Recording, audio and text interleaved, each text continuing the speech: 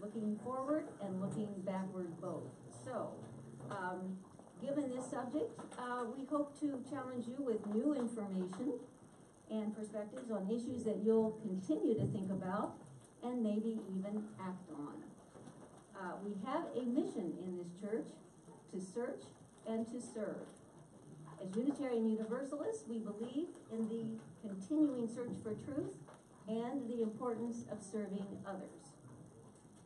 We organize these forums as a congregational service to the community to support personal reflection, social action, and to encourage individual and collective growth for all who attend. And also, even if you're not here, we'll be able to share this forum via YouTube, which, if we can get the equipment working, we'll be in good shape. We chose today's topic for discussion because volunteers are an essential part of our community, especially the nonprofit and the political world. How many people here have volunteered in a nonprofit, politically oriented organization? Okay, all right. How many have volunteered for Cuyahoga County Progressive Caucus? All right. How many have volunteered with the League of Women Voters? All right. How many have volunteered with NOVA, Northeast Ohio? Okay. We've got an audience full of volunteers here, so it's going to be a good discussion. First, before I get any further, I want to share an article that I read in last Friday's New York Times by David Brooks. He quoted an early American philosopher at the turn of the century, Josiah Royce. Royce felt strongly about activism. He thought there was a powerful connection between loyalty and action in the community. That if a person gave him or herself to an action-oriented cause, that it provided unity, fellowship, and an important role in that person's life. And in a larger sense, it provided a community which everyone shared. The final question Royce posed was, when evaluating your life, don't ask, how happy am I? Ask, how loyal am I? And to what cause? I think those are good questions. I want to now switch over and introduce our moderator for today's forum, Erika Anthony. Erika Anthony is Vice President of the Government Relations and Strategy for Cleveland Neighborhood Progress. She is a co-founder of Cleveland Votes and Hack Cleveland. Formerly with Cleveland Children's Services and the Oriana House, Erika also sits on a number of boards in the area, including Idea Stream's Community Advisory Board and the Cuyahoga County Public Defender Commission. She also serves as an adjunct professor for a policy class at Case Western. We heartily welcome Erika with us.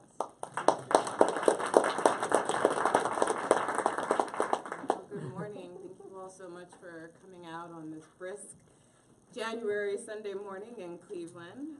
Really excited to be here. First and foremost, thanks to Susan.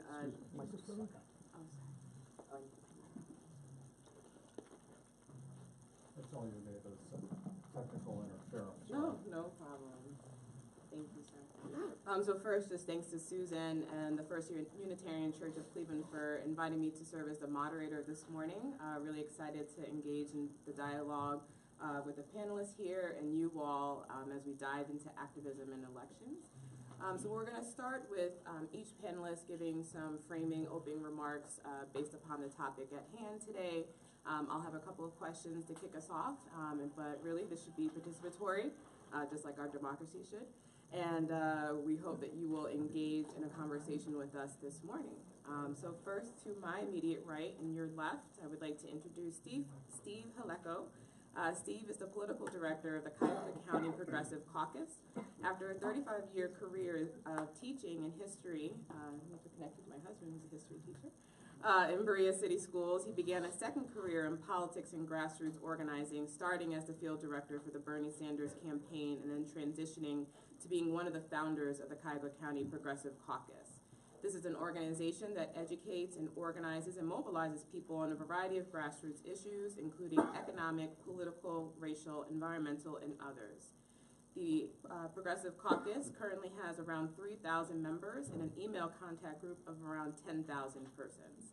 Steve's experience also includes running as a candidate for statewide office in 2014. I'm really excited to have Steve join us today, so I'll invite him to provide some remarks for a few minutes. Thank you. To understand the activism that exists in the Cuyahoga County Progressive Caucus, you need to understand a little bit about where our organization came from and where it is now. We did form out of the Bernie Sanders campaign. Our launch date was July of 2016, right after Bernie got out of the race. And initially, we had a couple hundred members who were all Bernie supporters. That's who we had access to contact. But we have evolved significantly since our founding. We had two periods of great growth. One was when Donald Trump was inaugurated and the indivisible groups formed, a massive surge of activism that still exists. And so we kind of coalesced with the indivisible groups and got folks who were interested solely in Trump resistance to also be interested in the issues that we work on and champion. Another big period of growth was in 2017 when we were part of the coalition that was trying to get the Quicken Loans Arena deal repealed through the referendum process, because that issue kind of hit a nerve with progressives, and folks joined our organization and helped us get those signatures and with us throughout the process, and then with us again today. Now, our organization works primarily in three different areas. We are a political action committee. We're partisan politics. We endorse progressive candidates and do everything we can to get them elected. We also work closely still with the indivisible groups. Always, if you go to the back, you see our upcoming events. That's as of right now. We don't know if there's going to be an upcoming event of importance that it's not on our radar right now. But we also work on issues that affect wealth inequality. This year, we're going to focus on suburban municipal elections because there's no midterms, no presidential. But we're also going to focus on issues. We are part of the Clash Coalition that's developing a Lead Safe initiative. We're also part of the coalition that's protesting the inhumane conditions in the county jail system. So I like to look at activism as there's an activism marketplace, and events determine that demand. Okay, the issues we're working on now, our membership are very supportive. A year ago, when Donald Trump became president, our membership was very supportive of resistance activities. So one of the things that we try to do is, I don't want to sound like a crass capitalist, because we're more socialist than capitalist, but we look at the marketplace, and then we look at what issue hits a nerve with our members, and then we go for it, okay? And we're constantly on the lookout for issues that make a difference. One of the other things that we do somewhat is local organizing. We have teams, Progressive Caucus teams in various communities, and since we're in Shaker Heights, I'm assuming a good number of you are Shaker Heights residents.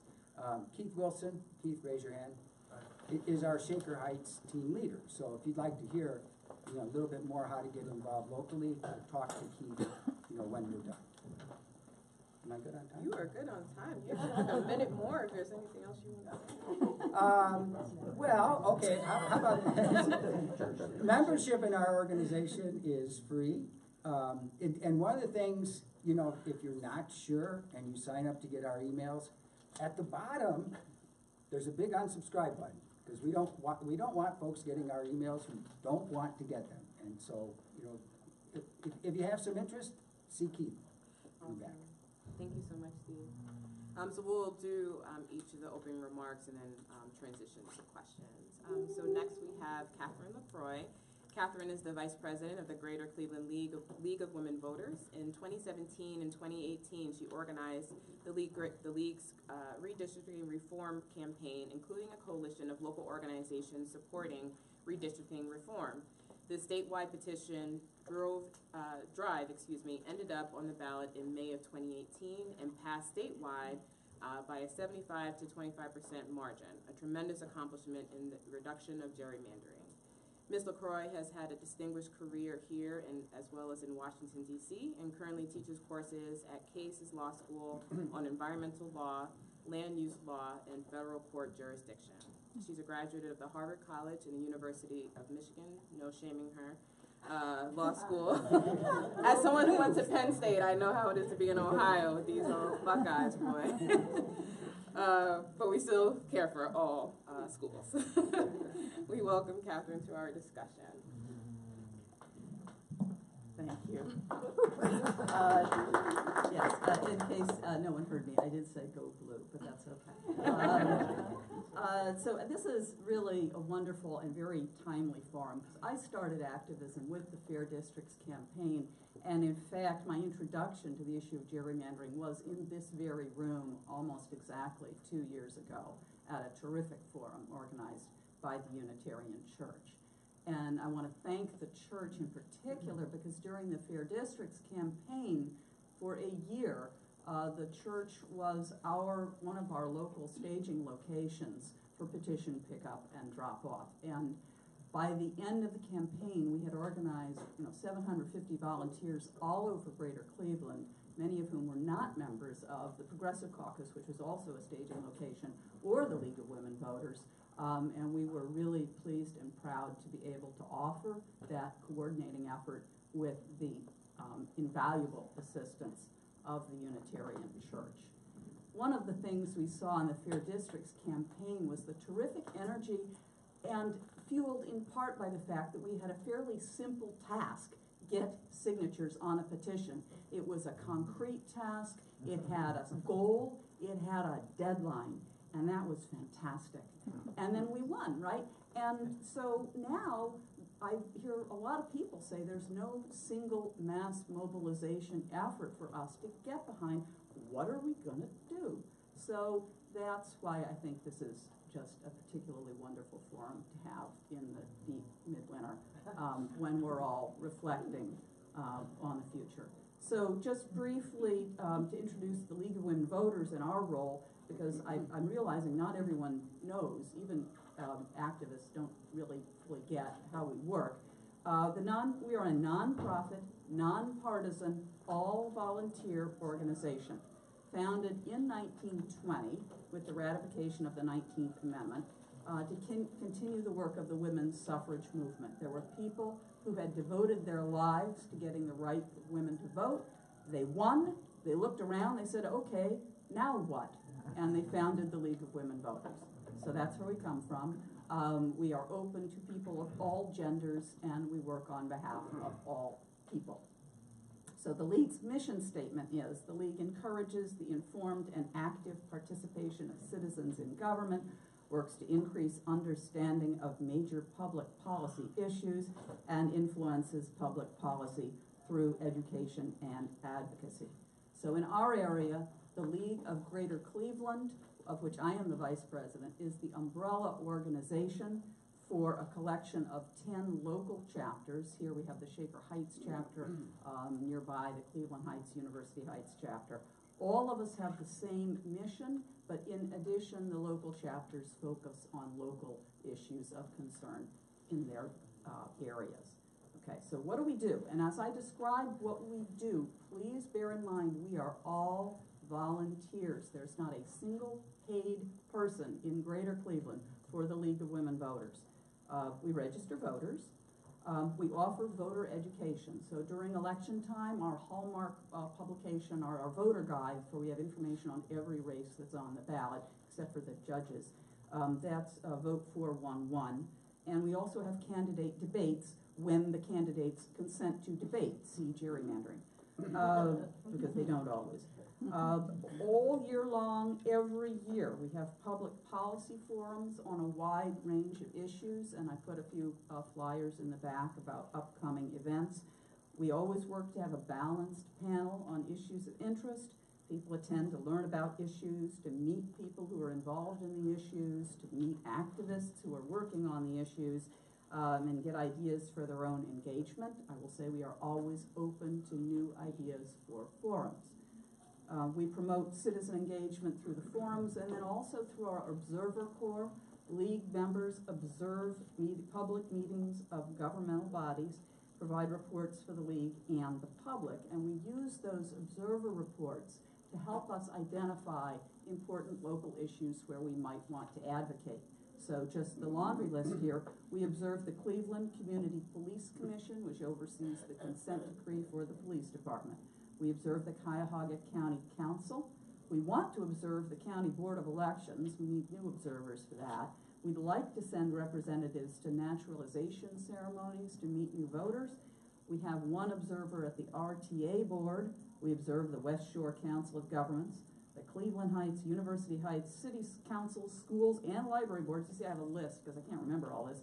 The Shaker Heights City Council, School Board, Library Board, and other important committees and boards. The Shaker chapter is particularly large and active. So, register voters, offer education, promote engagement, observe, we're watching you, government, and advocacy. We advocate on issues where the League has taken a position. So fair districts was one example of that. Some years ago, the League was central to the reform of county government with the new charter, and we've remained very active in trying to clean up some of the shortcomings of that government, most recently supporting strengthening the internal audit capacity and the Inspector General office in county government. Now we're looking to see if we can't get some campaign finance controls on the county council elections. Coming year, the League of Ohio will be focusing on voter rights. The State General Assembly is trying to restrict the ability of citizens to get measures on the ballot, so we're going to fight that. We're also going to push for improvements to voter registration, with the hopeful goal being automatic voter registration, and broadening early vote opportunities. We're studying ways to increase voter turnout, particularly in challenged areas. The League lobbies to protect reproductive rights, reduce gun violence, and protect home rule so that cities can ban single-use plastic bags if they want to. The State General Assembly trying to prevent cities from doing that.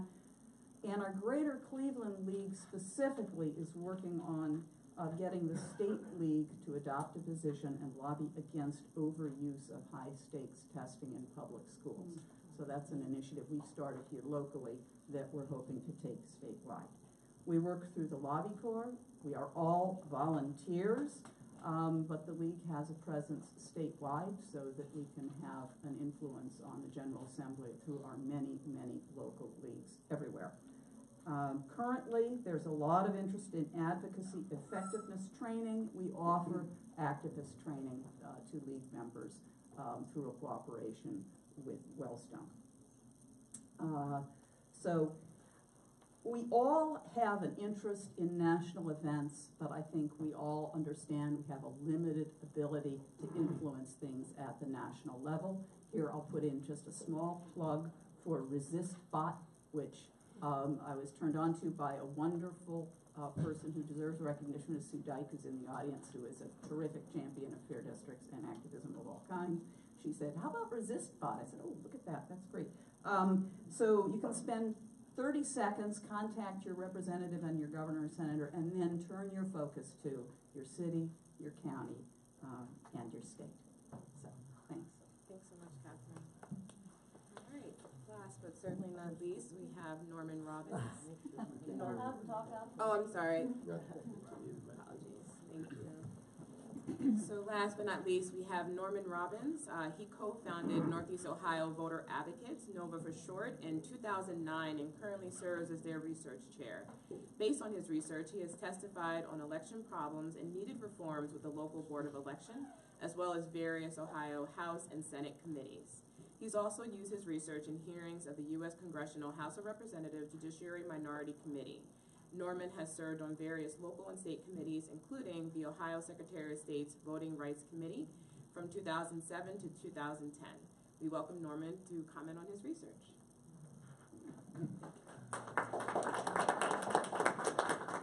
Thanks, Erika.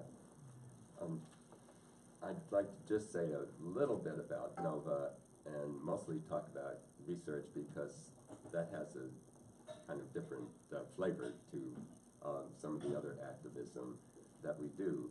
NOVA, the Northeast Ohio Voter Advocates, it was founded to deal with the problem of low turnout in certain communities in the greater Cleveland area, and to see what we could do, what the problems were, and how we could help to increase turnout in underrepresented areas, because we were very aware of the negative feedback people from especially low-income communities saying, you know, my vote doesn't count, doesn't matter whether I vote or not, and so they don't vote, and so the politicians don't pay attention to what they need, and so that confirms the fact that their vote doesn't count. And so we wanted to break that cycle, or do what we could to break that cycle in a supportive way.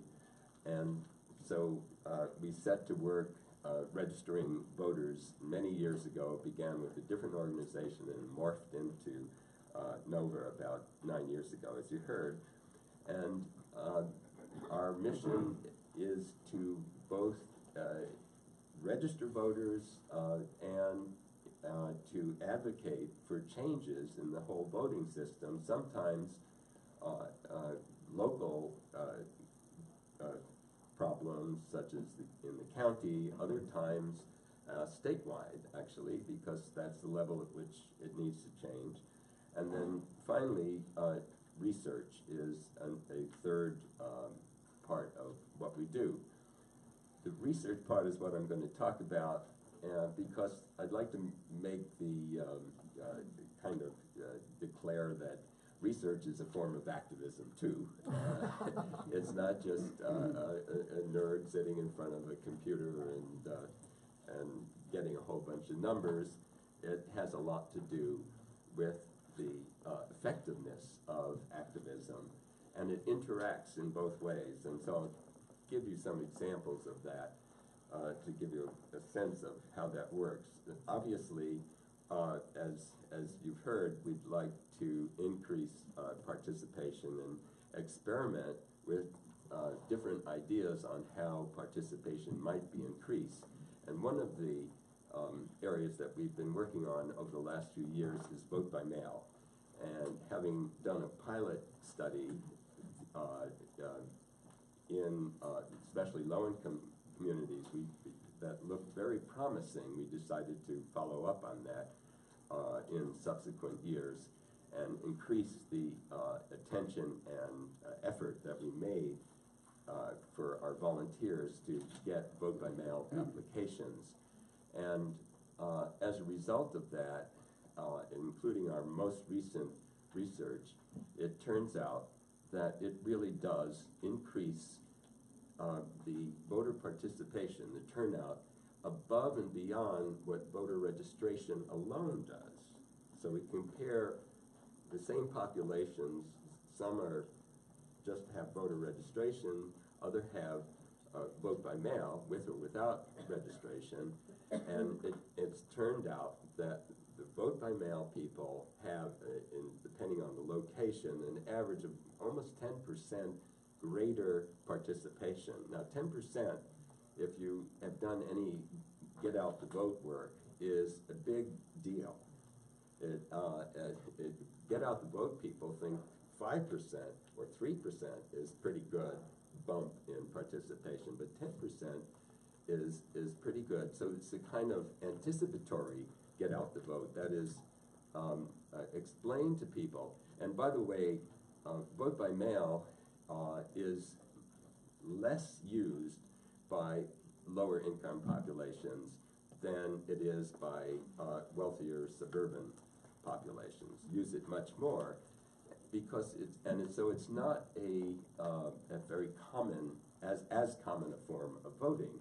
So our volunteers need to explain to people that vote by mail eliminates some of your problems, say if you have childcare responsibilities that interfere with voting, or if you have job applications where it's not easy to get off for a few hours, or if you have transportation problems, you may need to take 1 or 2 buses to get to your polling place. That takes a lot of time.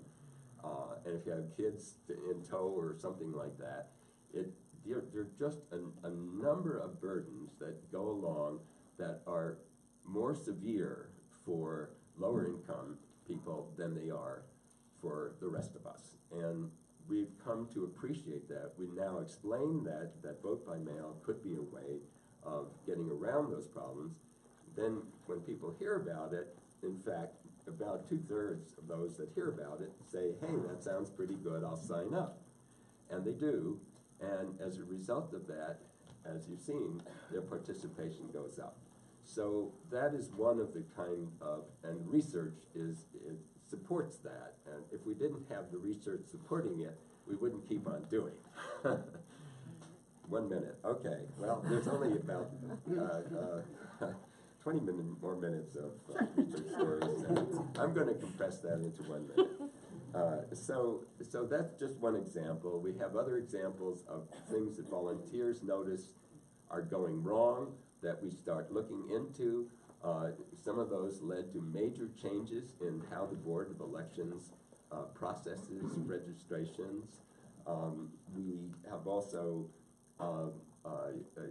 gone advocacy at the statewide level, finding the number of people that would be unable to vote, say if you cut away the early voting hours, and we estimated that 90,000 people statewide might be affected. This goes back several years to when that happened, and magically that number became, everybody knows that 90,000 people need early voting. You know, we never stated it that way, but it got to be, you know, out there, and it was helpful, as well as in some of the lawsuits that took place in this. And then we have, and this is the last thing I'll mention, is we come up sometimes with problems that we don't have a solution to, and if anybody here has one, I'd be happy to talk with you.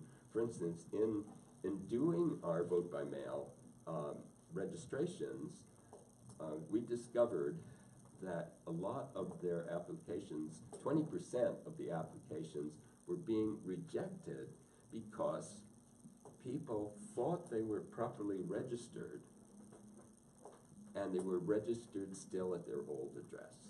And so their application was rejected. That is something that we, in our practice, have changed. So we look up people more than we did at the outset and try to prevent that from happening. But when you think about it, we estimate that about 40,000 people in the Cleveland area, low-income people, are in the same predicament. That is, they are registered at an old address. And when you start thinking about it, this is true because in low-income populations, they move twice as much as the rest of the county. And so and usually when they're moving, it's not, you know, they have all kinds of other stresses, so re-registering is not their first priority. And so when they come to vote, they can get into all kinds of problems. Yes, they can vote if they are registered at their former address. I won't go into the details, but the fact is there are a number of burdens and barriers that they have to get over if they are in that situation. So now we understand that there are these 40,000 people out there. What are we going to do about it? Any suggestions are welcome. Anyhow, that's the kind of research. Not all of it comes up with a great solution right away, but this is our approach. Thank you. All right. Well, thank you all for your opening remarks. I have to say, my husband had me at hello, but Norman had me at research.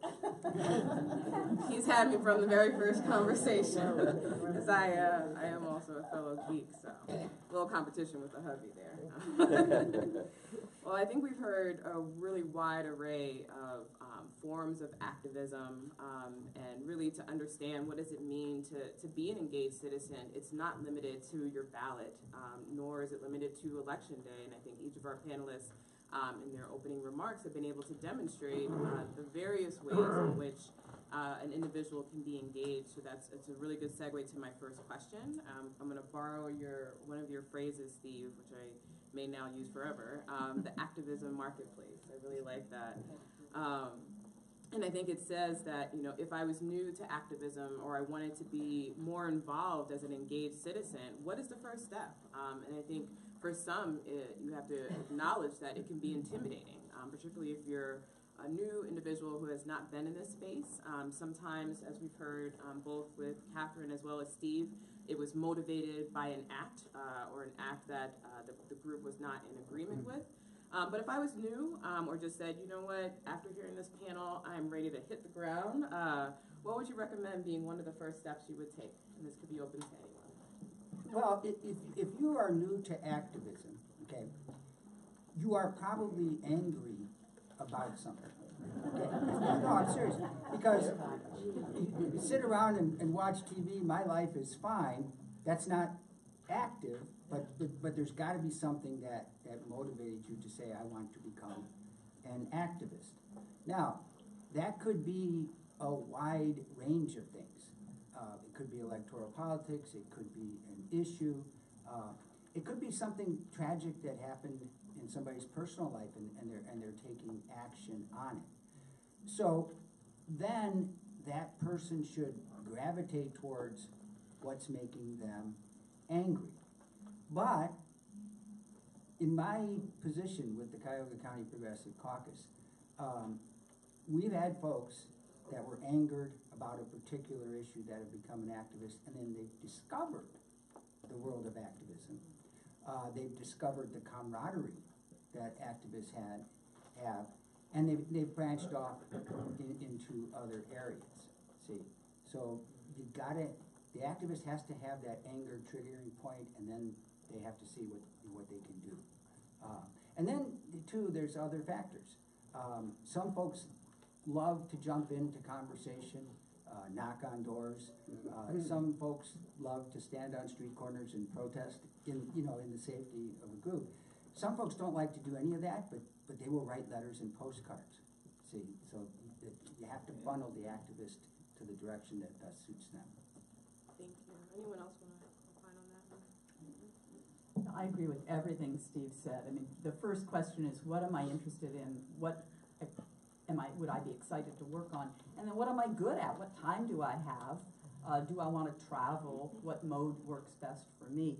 But I also would say the first step is education. You know, we're all about education. Educate yourself about the issue. Educate yourself about who is in the space and what are they doing. You might be excited about an issue. There are a lot of really good groups in this area working on important issue. And learning about them is, and another shameless plug for forums like this, where you can come to an event and learn about something, meet the people who are active, and get an idea of what there is to do. I'll pass. I agree with everything. So I'm getting the signal. Looks like we're going to transition. And Okay. We now have some time for questions and answers and comments from the audience. And I'm going to first pass these clipboards around for people to sign. If they want continuing information about these forums, we need your name and email so we can contact you. So there, I will pass these out. And in terms of our Q&A, which is now beginning, there are basically 3 rules. One is to keep your questions short.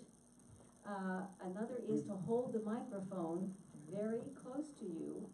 And also, the microphone holders will be the ones that will recognize the questioner, not the panelists here. So we'll go ahead and start our Q&A and our signing.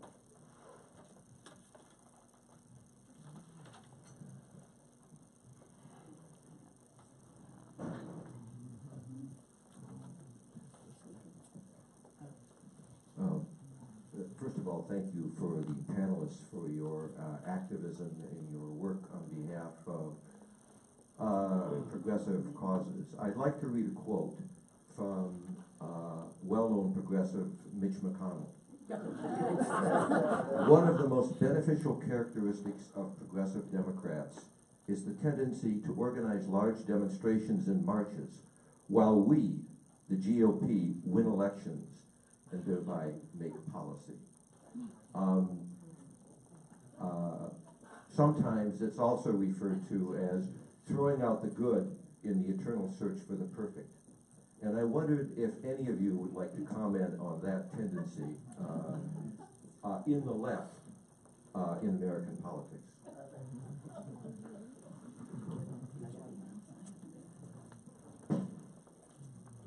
Go for it, Well, Steve, but I actually have something to say on this, but Yeah. let's let the others go first. I agree with aspects of that statement. We saw it most recently last weekend with the Women's March. The Women's March is a good cause. There were some issues with the Women's March nationally. Our Cleveland organization worked very hard to overcome those and have a unifying theme and message for the Women's March. You know, we all want to be perfect, and if we're not perfect, then we say, oh, I give up, and we can't do that. But on the first, I absolutely agree that what we need to do are concrete organizing efforts on behalf of causes we care about and try to be effective. Go ahead. Yeah, progressive democratic politics. What Mitch McConnell said is somewhat true, except I would take issue with the fact that all progressives do is, march and yell and scream. Progressives do a lot more. Norman mentioned research and activism. Progressive causes are very much research oriented. One of our two main initiatives this year, or two of our main initiatives, is to promote the Green New Deal and Medicare for all. Okay, so Green New Deal, climate change. A lot of folks think it might be a good idea to prevent the planet from destroying itself. Okay, and Medicare for all. It now polls positively in the 60s amongst all people. Okay, so and it's much less expensive overall to the general economy. I don't want to get into detail, but I just wanted to point out these are progressive positions, okay, that are based on research and not just running around the streets yelling and screaming. Now, winning elections. We're in a political climate right now that is chaotic. Our organization promotes progressive politics. We do work with the Cuyahoga County Democratic Party on a lot of issues. Okay, we work outside of it where we have to. But one of the things that happened in the midterms, and Ryan Puente, the executive director of the party, told us this. It was progressive caucus members who did the most work around the county to get folks out to vote within the context of the county Democratic Party. Now, in the presidential election 2016, which McConnell said all Republicans do is win, there was a peculiar set of circumstances, and part of it was a lack of division in the Democratic Party, which was impossible, and one of those peculiar circumstances. Our goal this coming year, okay, is to promote Medicare for all, the Green New Deal, with the hopes that this is in the Democratic Party platform in 2020, okay? But you can look at that as divisiveness, or you can look at that as a state of ideas, a state of flux. I have no doubt that if it's not in the platform, Green New Deal, Medicare for all in 2020, that we will still be working to get a Democrat elected. See, so that's maybe too much or maybe not enough. I don't know. There's a lot more. I could talk an hour on this.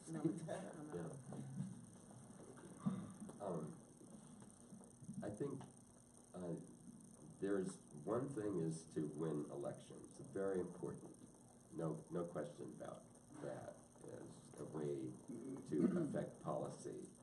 But I do feel that finding ways to reach out across these divides can be very, very effective.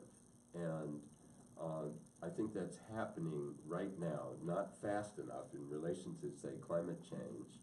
For instance, there's a bipartisan group working on changing Ohio's very restrictive setback rules for wind turbines. Those restrictions have essentially cut the legs out of wind power development in Ohio for the last several years. And this bipartisan group is going out and trying to explain to people the economics of this situation, because it turns out this is one of those nice situations where the economics of wind power, in terms of its cheapness compared to even to natural gas, but certainly to coal and nuclear, is so great. And I think it's going to have a lot of success because it is getting to be bipartisan. About half the Republicans now already believe that climate change is a problem, and it may be reaching a tipping point. So I would say that I don't want to get into the whole story of this, but I think that there's a lot of opportunities where reaching out is perhaps more effective than marching in the streets. There are other places where marching is all you can do because the opposition is so united, but I think there's a lot of opportunity there for the bipartisan approach.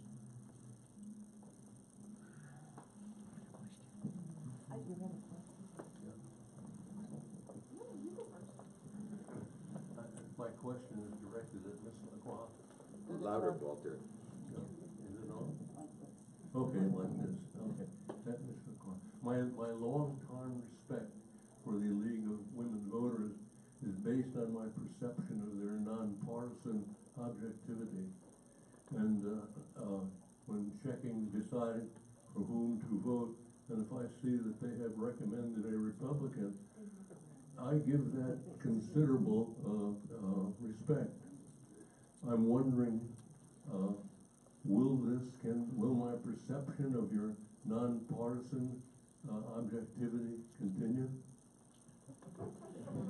Well, I need to clarify, first and foremost, we never endorse candidates or parties. We are rigidly nonpartisan. We do our voter guide where we solicit information from the candidates. We publish the voter guide so that voters can make up their own minds. On redistricting reform, the League has been working on that since 1981. When Democrats were busy doing the gerrymandering, the League worked with Republicans. When Republicans were doing the gerrymandering, our interests allied with the Democrats, but the interest of the League has been the same throughout, which is in support of fair districts. So the League is a nonpartisan organization. I regret that the concept of voter participation and engaged voters strikes people as partisan in this day and age. That is an unfortunate perception. I think we hope that everyone agrees that all people should be able to vote.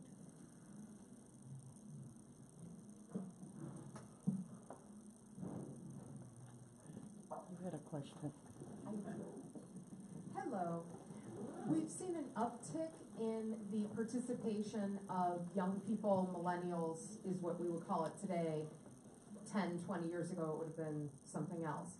How do you as individual groups or and what suggestions do you have for other groups to continue to engage and increase that type of participation?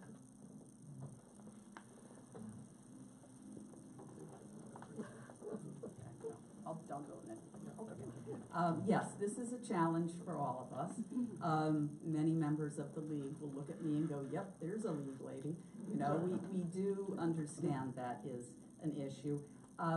We are reaching out always to youth. We're starting a chapter at Cleveland State University, which I think will help a lot.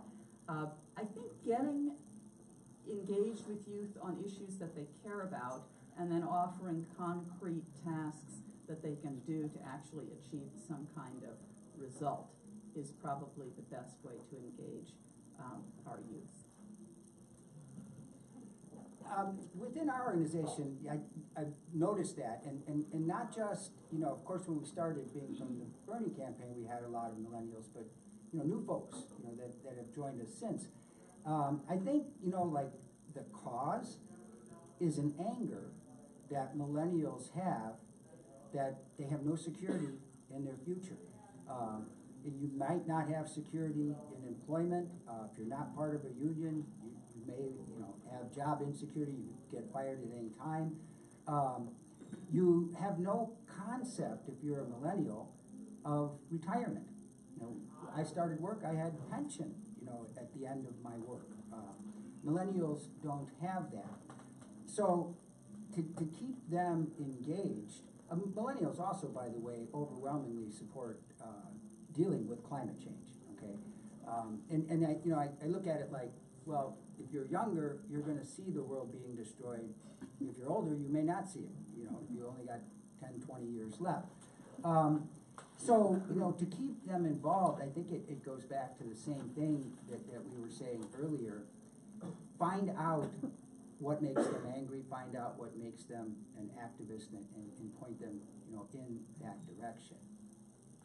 Susan, if I may, I know we're not a panelist, but I do want to respond just because this is something that Cleveland Votes made a concerted effort with in the summer. Having trouble hearing. Oh, I'm sorry. So this is something that one of the organizations I represent really made a concerted effort. So one, I think not generalizing the younger generation. It's not monotone.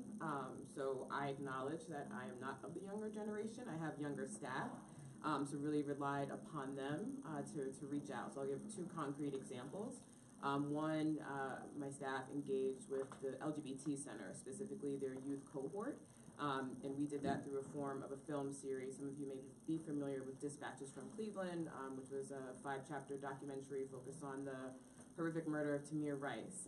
And it was really used to spark conversation. And that series culminated, well, after each chapter, there was discussion, but at the end of that documentary series, we asked directly, and most, I would say, were between the ages of about 16 to early 20s, maybe 23 or 24, mostly younger folks of color, and also self-identified as LGBTQ, and asked them, so I sort of jokingly said, like, if I post something on Instagram, would you like my post? And they said, probably not.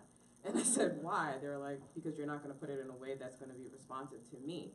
You should have me design the poster. I said, point taken, right?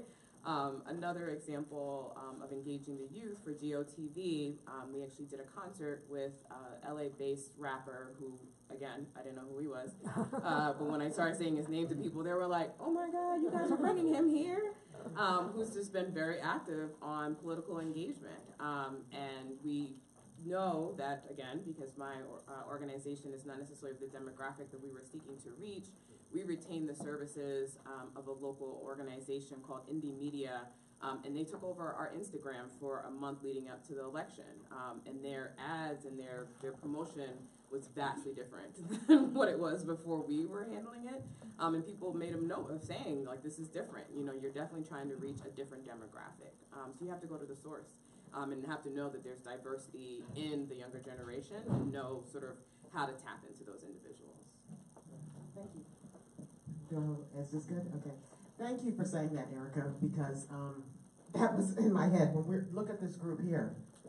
Okay, the color I see is us. So one of the issues is lumping together millennials, but also when you talk about outreach, Nova goes where nobody else goes, but it's all these white people. It's Mike Siegel friends, it's Susan Alcorn, who will go anywhere to try to reach the underserved. The progressive issues, which I dig a lot of the platform, when you talk about climate change, come to my neighborhood when people have lead in their homes, when they don't have lights, when they don't have schooling, and talk about job insecurity, talk about going to college when you don't even know if you're going to survive your day in high school. So I'd like to hear, how do you begin to broaden outside of a nice little suburban type of profile? The country's getting darker, not lighter.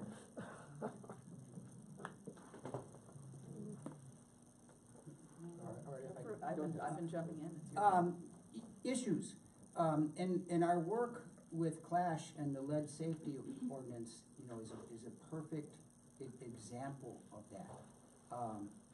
One of the things, when our organization met with the County Democratic Party to talk about the midterms, they said, well, how do we get higher voter participation in the minority community? And I think, and they agreed with this, is you need to go in the minority community between elections, not just come around and get out the vote time and say, vote for this candidate. And that's, you know, one of the things through issue work, the Progressive Caucus is trying to get, you know, more involved in the minority community. Yeah, I just want to say something about the lead safe initiative that we're a part of. I don't know if you've been following, you know, what's happened with this the last few weeks. The Progressive Caucus joined a coalition in November that was looking into the possibility of an initiative to make sure that apartments and rental units didn't have lead poisoning in them. 5 kids a day get diagnosed with lead poisoning in Cleveland. Now, writing an initiative takes a long time because you have to have every word just right to avoid litigation as much as possible. Well, the media got wind that this coalition existed. And you may have seen there was a front page article on this. As soon as it was revealed publicly that we existed, then all of a sudden last Tuesday, there's this huge press conference, Cleveland City Council announcing that they were going to do more studies, okay, lead safe summit, bring in experts to try to deal with the problem, which is the same thing they did in 2015. Frank Jackson himself said this problem should have been dealt with 10 years ago. But they have no specific solutions. But I think it says a lot about the activism spirit in the city, in the county, that they were forced to react because of what activists, mostly unpaid volunteers, they like the Progressive Caucus, we're doing, see. So, you know, our intent with that issue is we are very close to being finished with the initiative, is to release what the initiative is, but not directly go down to City Hall and have 5 people pull petitions. Look, Cleveland City Council, here is an ordinance that you can deal with right now, not more studies, more summits, you know, which is the way they've been dealing with it. You can also tweak this, see? So it's activists that are forcing real positive political change. But to your question, Cheryl, it's also, I'm sorry. AKA Marcia Park. Yeah, I'm sorry. So, you know, that's like issue work in the minority community, so that there's some care there.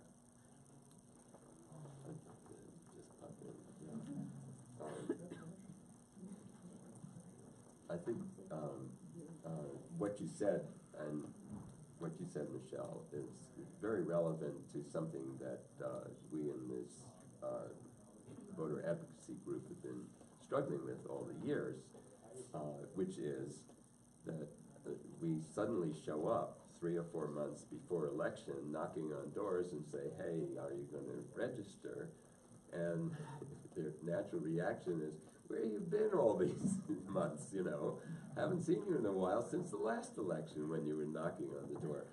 And so we're acutely aware of the fact that there needs to be some kind of sustained civic engagement in which voter registration is just a evolution from that. In other words, it's something you do if you're civically engaged, not that, hey, you should vote because you're a citizen or something, or whatever we say. The problem is identifying, this is, as you also point out, the most of our membership are suburban, white, generally older people. And this is not the face of the community that we're trying to serve. what we need to do, and I think maybe somebody here has some ideas, but what we need to do is identify the leadership within the community so that we're following their lead and serving as a support system. There's a lot of things we can do based on our experience, but the main drive has to come from within the community itself, and it's that leadership, and that's what we'd love to do. It's something we've talked about forever,